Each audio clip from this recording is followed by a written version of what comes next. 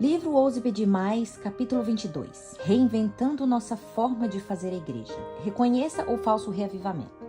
Nas antigas fábulas de Esopo, encontramos a história de um lobo faminto que buscava um cordeiro para jantar. Vez após vez, esse lobo se aproximava de um rebanho que era reconhecido e afugentado. Desanimado, perturbado e cada vez mais faminto, ele finalmente pensou em um plano muito brilhante. Tirando o tapete de pele de cordeiro da tia loba do chão, enrolou-se nele e começou o seu caminho. Dessa vez, o lobo se aproximou devagar do rebanho e começou a comer grama junto com aquelas ovelhas. Eca, pensou, comer grama é nojento, mas sabia que valia a pena comer grama depois de que capturasse um saboroso cordeiro. Como o lobo estava astutamente diferenciado, as ovelhas não reconheciam o mais novo membro em seu rebanho. Quando a noite chegou, ele foi levado para o aprisco com as ovelhas, exatamente aquilo que esperava. Um dos filhotes reclamou com a sua mãe: "Aquele carneiro não cheira bem. Acho que tem alguma coisa errada." Mas a mãe disse ao cordeirinho para que ficasse calado. "Não seja rude", repreendeu ela. "Cuide da sua própria vida." O lobo sorriu consigo mesmo. Breve, muito em breve, quando o pastor fosse para casa, ele teria um cordeiro apetitoso para jantar.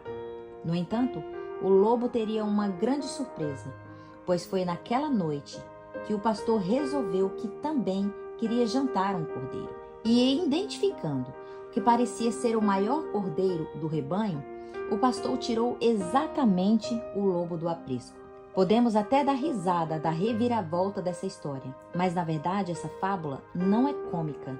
O apóstolo Paulo escreveu aos líderes da igreja de Éfeso: "Atendei por vós e por todos o rebanho sobre qual o Espírito Santo vos constituiu bispos, para pastoreardes a igreja de Deus, a qual ele comprou com o seu próprio sangue. Eu sei que depois de minha partida entre vós penetrarão lobos vorazes, que não pouparão o rebanho." Atos 20, 28 e 29. Cristo advertiu: "Acautelai-vos dos falsos profetas, que se vos apresentam disfarçados em ovelha, mas por dentro são lobos roubadores." Mateus 7,15. O tipo de profeta aqui descrito professa ser cristão.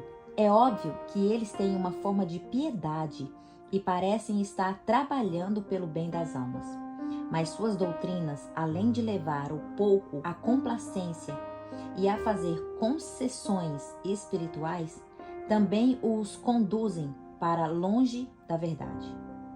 Ao falar sobre esses falsos profetas em pele de cordeiro, Paulo continuou advertindo os cristãos: "Se na verdade, vindo alguém, prega outro Jesus que não temos pregado, ou se aceita o Espírito diferente que não tendes recebido, ou o Evangelho diferente dos que não tendes abraçado, tais são falsos apóstolos, obreiros, fraudulentos, transformando-se em apóstolos de Cristo. E não é de admirar, porque o próprio Satanás se transforma em anjo de luz.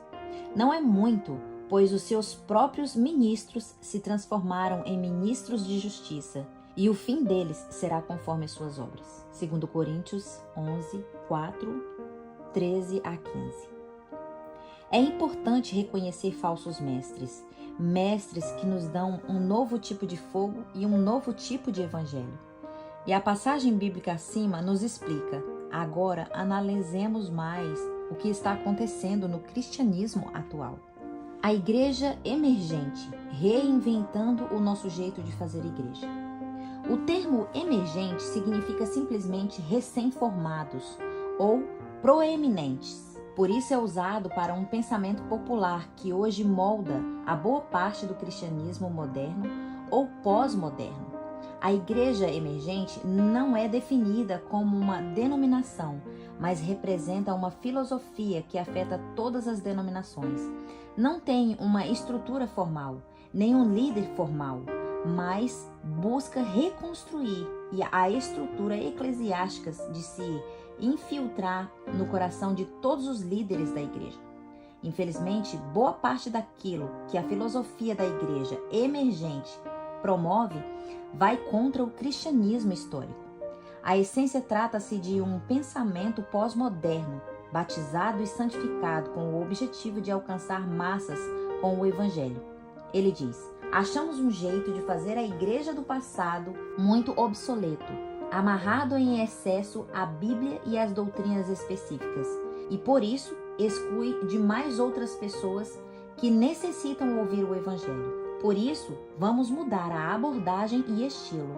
Necessitamos ser mais abertos e amorosos, julgando menos as práticas que não aprovamos.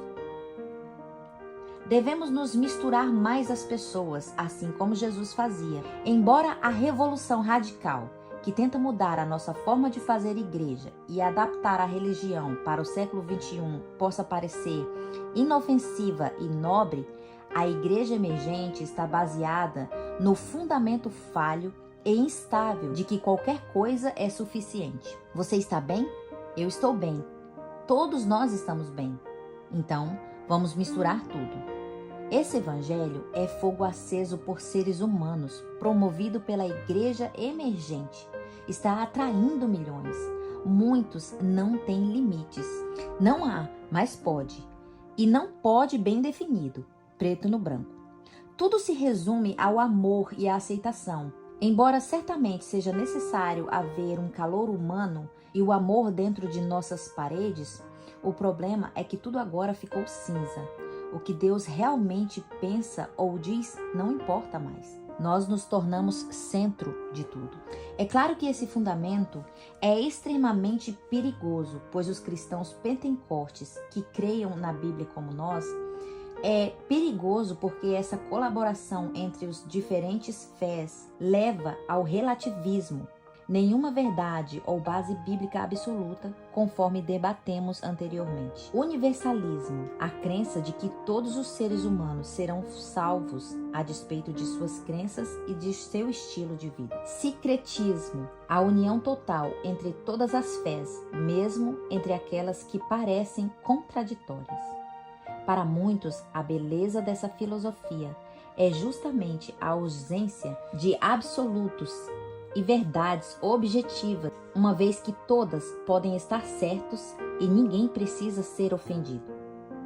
Será que esse evangelho é o que a Bíblia ensina? O propósito da espada de 2 gumes da palavra de Deus, Hebreus 4:12, em vez de cortar e penetrar o nosso coração, convencendo-nos do pecado, seria, na verdade, fazer um carinho cálido e amoroso nas costas. Realmente, isso tudo é algo muito sério. Está mesmo acontecendo no mundo, mas não é algo bom.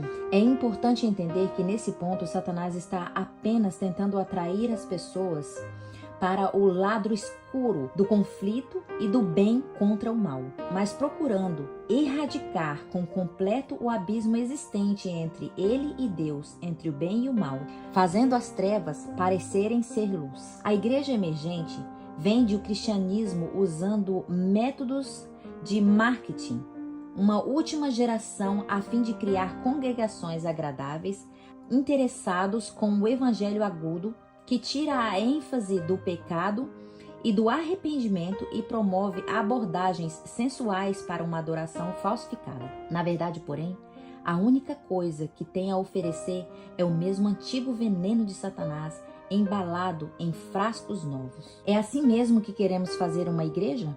Em suma, há 4 coisas que devem nos preocupar em maneira especial como o movimento da igreja emergente. Pense em como o pastor adventista sintetizou esses perigos. Embora o tempo e as culturas possam mudar, a palavra de Deus não muda. Sua verdade nunca muda. Ela nunca se altera de uma geração para outra. A igreja emergente prefere hoje a ideia de que a verdade é relativa e se altera assim como a evolução.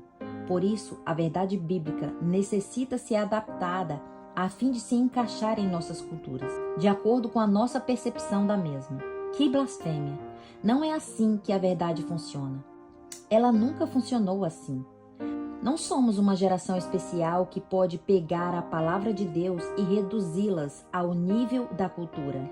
É a cultura que precisa ser moldada e levada mais uma vez à verdade transformadora da palavra de Deus. Corremos o constante risco de nos afastar da simplicidade do Evangelho, escreveu Ellen White. E ela continua: muitos sentem o intenso desejo de chamar a atenção do mundo como algo original, que leva as pessoas ao estado de êxtase espiritual, mudando a presente ordem da experiência. Sem dúvida, existe grande necessidade de mudar a presente ordem da experiência, pois a santa verdade presente não é entendida como deveria ser, mas a mudança da qual necessitamos é de coração e só pode ser obtida por meio de busca individual de Deus, implorando por sua bênção, suplicando por seu poder na nossa vida, orando com fervor para que a sua graça seja derramada sobre nós e para que o nosso caráter seja transformado. É dessa mudança que nós precisamos hoje. É para alcançar essa experiência que devemos dedicar energia perseverante e manifestar fervor manifesto de todo o nosso coração. Há tempo demais, os adventistas têm sido especialistas em teologia e doutrina bíblica, sem desenvolver uma caminhada pessoal íntima e diária com Cristo. Precisamos de uma mudança no coração. Necessitamos de uma experiência autêntica e real no nosso coração. Não de uma mera pretensão para proteger a nossa reputação respeitável. A mudança de coração da qual necessitamos ocorrerá ao cavarmos mais fundo a palavra de Deus e por meio de uma entrega maior do coração aos desejos e a ordens de Deus.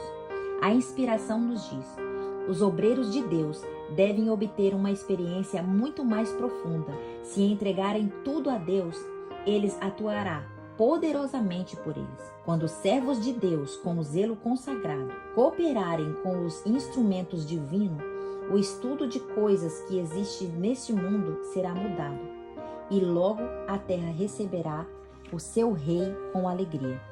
Então, os que forem sábios resplandecerão como o fulgor do firmamento, e os que muitos conduzirem à justiça são como estrelas, sempre e eternamente. Deuteronômio 12, 3. Na década de 1960, era comum dizer: se você se sente bem, então faça. Hoje, a mensagem popular é: se você se sente bem, então deve estar certo. Em todos os lugares para onde nos voltamos, ouvimos: siga o seu coração, faça o que lhe parecer ser certo. No entanto, a palavra de Deus nos diz: o que confia no seu próprio coração é insensato. Provérbios 28, 26. Quando permitimos que o nosso coração e as nossas emoções nos conduzam, nos tornamos subservientes aos sentimentos em lugar de submeter aos fatos da palavra de Deus.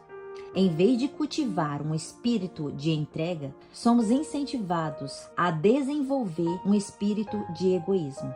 Esse é o caminho a seguir se queremos estar prontos para encontrar Jesus? Creio que a resposta é óbvia, contanto que estudemos a Bíblia.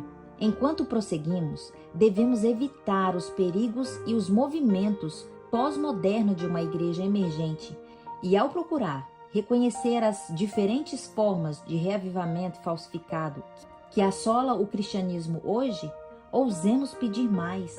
Não mais sentimentos de sensação confortantes, não diálogos infinitos, sem respostas e perguntas, mas sabedoria para discernir a verdade e permanecer fundamentadas na palavra de Deus. Somente firmados na verdade e nas Escrituras é que seremos transformados, e a transformação verdadeira só vem por meio do derramamento do Espírito Santo.